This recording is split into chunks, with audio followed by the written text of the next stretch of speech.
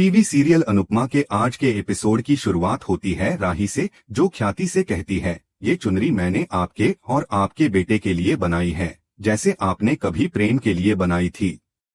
मुझे सब कुछ पता चल गया है माँ, प्रेम और मोहित को भी। कल हमने आपकी और आपके भाई की सारी बात सुन ली थी। राही की इस बात से ख्याति चौंक जाती है और उसका चेहरा उतर जाता है। तभी राही अपनी बात जारी रखते हुए कहती है, आपको क्या लगा माँ कि ये राज हमेशा छिपा रहेगा? लेकिन अब जब सब कुछ सामने आ ही गया है तो क्यों न इसे स्वीकार कर लिया जाए। प्रेम ने मोहित को जेल से छुड़ा लिया है और यह खबर ख्याति को और भी गुस्सा दिला देती है। वह राही पर भड़कती है, क्या तुम्हारा दिमाग खराब हो गया है? प्रेम को इस केस में इन्वॉल्व करने की क्या जरूरत थी? अब वह मुझसे और ज्यादा नफरत करेगा। आखिर तुम्हें क्या मिला ये सब करके? राही की आंखों में आंसू आ जाते हैं, लेकिन वह शांत स्वर में जवाब देती है, माँ आपको भी क्या मिला? आपने भी तो बस खोया ही है ना। वर्षों से अपने बेटे से दूर रहीं, उस बेटे से जिसे आपने जन्म दिया लेकिन कभी गले नहीं लगाया। आपने उस राज को छिपाने के लिए क्या क्या नहीं सहा, लेकिन नतीजा क्या निकला? इतना सुनते ही ख्याति का चेहरा कठोर हो जाता है और वह राही को डांटते हुए कहती है, मैंने इस राज को छिपाने के पीछे एक वजह थी। सब कुछ बर्बाद हो सकता है अगर ये सच बाहर आ गया तो, लेकिन राही हार मानने वालों में से नहीं थी। वह अपने दर्द और भावनाओं को दबाते हुए कहती है, लेकिन मम्मी क्या यह भी तो नहीं हो सकता कि सब कुछ ठीक हो जाए? क्या ऐसा नहीं हो सकता कि प्रेम और मोहित आपको समझें, आपके दर्द को समझें? उसी वक्त मोहित वहां आ जाता है। राही उसकी ओर इशारा करते हुए कहती है, माँ आपका बेटा आपके सामने खड़ा है, उसे गले लगा लीजिए। आर्यन अपनी माँ के लिए बरसों से तरसता रहा है और आप भी अपने बेटे के लिए तरसी हैं।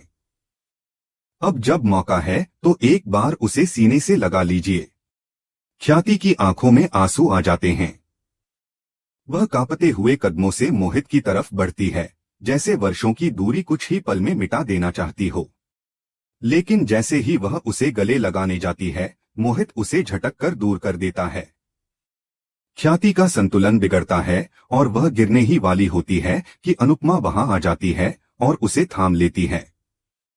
अनुपमा की आंखों में कठोरता और करुणा दोनों होती हैं। वह मोहित से कहती है, रिश्ते तोड़ने से पहले एक बार वजह तो पूछ लो। जानती हूं कि तुम इससे नफरत करते हो, लेकिन चाहो या ना चाहो ये तुम्हारी माँ है। तुम्हारा हक बनता है कि इनसे पूछो कि आखिर ऐसा क्यों किया इन्होंने। मोहित गुस्से में जवाब देता है, मुझे कुछ नहीं जानना। न तो क्यों किया और न ही किस लिए किया। फिर वह अपने मामा जी की ओर मुड़ता है और कहता है, मामा जी आप मुझे यहाँ क्यों लेकर आए? आपको पता है ना कि मुझे इस औरत से नफरत है। इतना कहकर वह गुस्से से वहां से चला जाता है, दरवाजा जोर से पटकते हुए। ख्याति टूट चुकी थी। वह फर्श पर बैठ जाती है, आंखों से लगातार आंसू बहते रहते हैं। अनुपमा उसके पास बैठती है, उसका हाथ थामती है और शांत करने की कोशिश करती है। अगर आप चाहें तो हमें अपने मन की बात बता सकती हैं, अनुपमा धीरे से कहती है। राही भी पास आकर कहती है, आपका बेटा नहीं समझ पाया, लेकिन हम समझेंगे। कृपया हमें बताइए कि आप पर क्या बीती थी। धीरे धीरे ख्याति बोलना शुरू करती है, उसकी आवाज में दर्द और थकान साफ झलकती है। जब मैं शादी करके कोठारी हाउस आई थी तो प्रेम और प्रार्थना खुश नहीं थे। मुझे अपनाने का कोई प्रयास नहीं किया गया। पराग जी तो हमेशा काम में व्यस्त रहते थे। मेरे पास कुछ भी नहीं था, ना कोई सहारा, ना कोई दोस्त, बस एक अजनबी सा घर जिसमें हर रोज खुद को साबित करना पड़ता था। उसकी आंखों में अतीत की छाया उतर आती है। वह बोलती जाती है, प्रेम और प्रार्थना मुझे ताने मारते थे, मुझे स्वीकार नहीं करते थे। मैंने जब अपने पहले बच्चे को जन्म दिया तो उसे मुझसे छीन लिया गया। कहा गया कि वह इस परिवार की इज्जत के खिलाफ है। मैं कुछ नहीं कर सकी, बस देखती रही, रोती रही। राही और अनुपमा दोनों स्तब्ध थीं। ख्याति कहती है, मोहित मेरा बेटा है, लेकिन उसे कभी अपनी गोद में नहीं लिया। उसे दूर किया गया और मैंने भी चुपचाप सह लिया, क्योंकि मुझे डर था कि अगर मैंने आवाज उठाई तो सब कुछ बर्बाद हो जाएगा। उसकी आवाज भर्रा जाती है। मुझे खुद नहीं पता कि मैंने सही किया या गलत, लेकिन मैंने जो सहा वो कोई माँ अपने बेटे से नहीं कह सकती। अनुपमा उसका हाथ थामकर कहती है, अब समय आ गया है कि आप अपने जख्मों को साझा करें ताकि वो भर सकें। आपने अकेले बहुत कुछ सहा है, लेकिन अब आप अकेली नहीं हैं। राही ख्याति के पास बैठ जाती है और कहती है, माँ अब जो हुआ सो हुआ, लेकिन अब हमें इस रिश्ते को जोड़ना है और सच को सामने लाना है। हो सकता है मोहित आज आपको न समझे, लेकिन कल जरूर समझेगा। और इस तरह एक टूटा हुआ रिश्ता धीरे धीरे जोड़ने की शुरुआत कर रहा था। अतीत के घाव तो गहरे थे, लेकिन अब उन पर मरहम लगाने की कोशिश हो रही थी। वक्त धीरे धीरे बीतता गया, लेकिन ख्याति के भीतर का खालीपन और अकेलापन गहराता चला गया।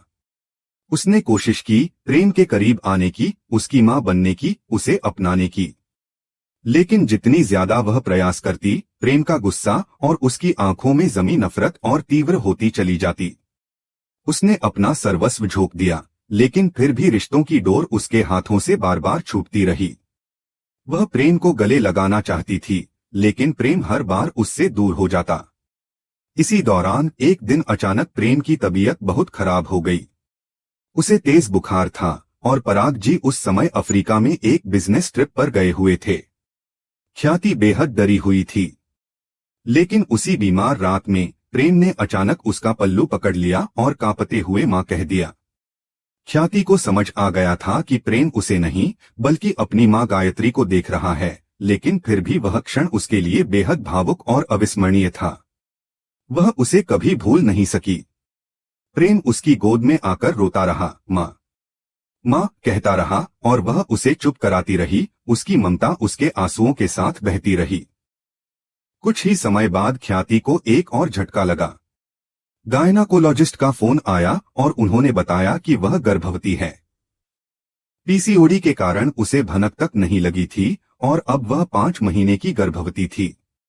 उस समय प्रेम और प्रार्थना दोनों उसे पल भर के लिए भी अकेला नहीं छोड़ते थे। वह समझ नहीं पा रही थी कि क्या करे, कहाँ जाए। दोनों बच्चों की मासूमियत को देखकर उसे लगने लगा कि उन्हें उसकी सबसे अधिक जरूरत है। प्रेम के ठीक होते ही उसने पराग जी से बात की और वसाड़ चली गई अपने भाई के पास। उसने कहा कि उसके भाई की तबीयत खराब है और उसे उनकी जरूरत है। जाते वक्त जब उसने प्रेम और प्रार्थना के चेहरे देखे, तब उसने एक ऐसा फैसला लिया जिसने उसकी पूरी जिंदगी को बदल दिया। उसने तय कर लिया कि वह अपनी ममता को बांटेगी नहीं। वह अपने बच्चे के लिए स्वार्थी नहीं बनना चाहती थी। प्रेम को लगता रहा कि उसकी मां को उसने ही खोया है, लेकिन असलियत कुछ और थी। ख्याति ने खुलासा किया कि पराग और उसका रिश्ता सिर्फ और सिर्फ प्रोफेशन था, लेकिन गायत्री को हमेशा यही शक रहता था कि ख्याति उनके और पराग के बीच आ रही है। शक इतना गहरा हो गया था कि ख्याति ने अपनी नौकरी तक छोड़ दी ताकि किसी भी तरह उनके रिश्ते में दरार न पड़े। पराग ने गायत्री का इलाज करवाने की पूरी कोशिश की, उन्हें अच्छे से अच्छे डॉक्टर को दिखाया, लेकिन उनका मानसिक संतुलन दिन ब दिन बिगड़ता गया। और फिर एक दिन अचानक ही उन्होंने आत्महत्या कर ली। गायत्री के जाने के बाद प्रेम और प्रार्थना पूरी तरह टूट चुके थे। पराग को लगा कि बच्चों को मां की जरूरत है और इसी वजह से उन्होंने ख्याति से शादी का प्रस्ताव रखा। ख्याति ने यह शादी सिर्फ उन बच्चों के लिए स्वीकार की थी, लेकिन पराग ने कभी नहीं चाहा कि बच्चों को उनकी मां की मौत की सच्चाई पता चले। इसलिए उन्होंने प्रेम की गलतफहमियों को कभी दूर नहीं किया।